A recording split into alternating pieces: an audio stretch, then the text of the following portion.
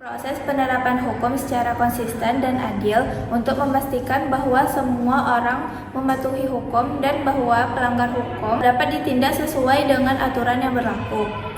Sebagaimana penegak hukum yang efektif itu sangat penting untuk menjaga ketertiban umum, melindungi hak-hak individu, dan menciptakan masyarakat yang adil dan aman.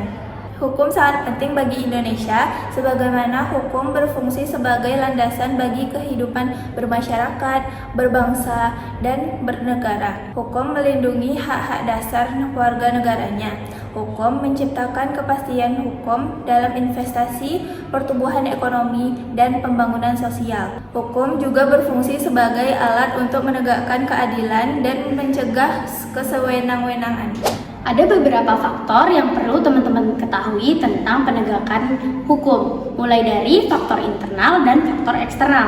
Kita mulai dari faktor internal. Apa aja sih? Yang pertama itu adalah integrasi dan profesionalisme aparat penegak hukum. Yang kedua itu adalah kapasitas dan sumber daya lembaga penegak hukum. Yang ketiga, koordinasi antara lembaga penegak hukum dan budaya hukum masyarakat.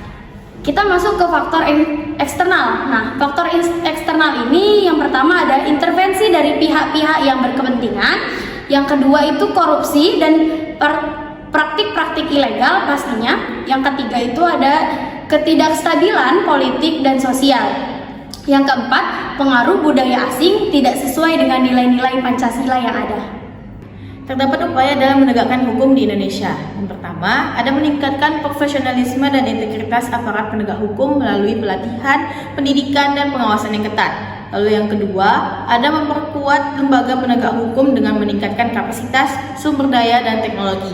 Lalu meningkatkan kesadaran hukum masyarakat melalui pendidikan dan penyuluhan, serta memberantas korupsi dan praktik-praktik ilegal lainnya melalui penegakan hukum yang tegas dan transparan.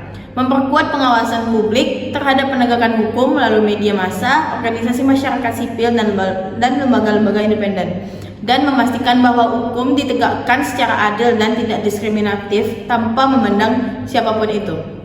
Penegakan hukum yang berkeadilan merupakan prasyarat untuk menciptakan masyarakat yang sejahtera, adil, aman di Indonesia.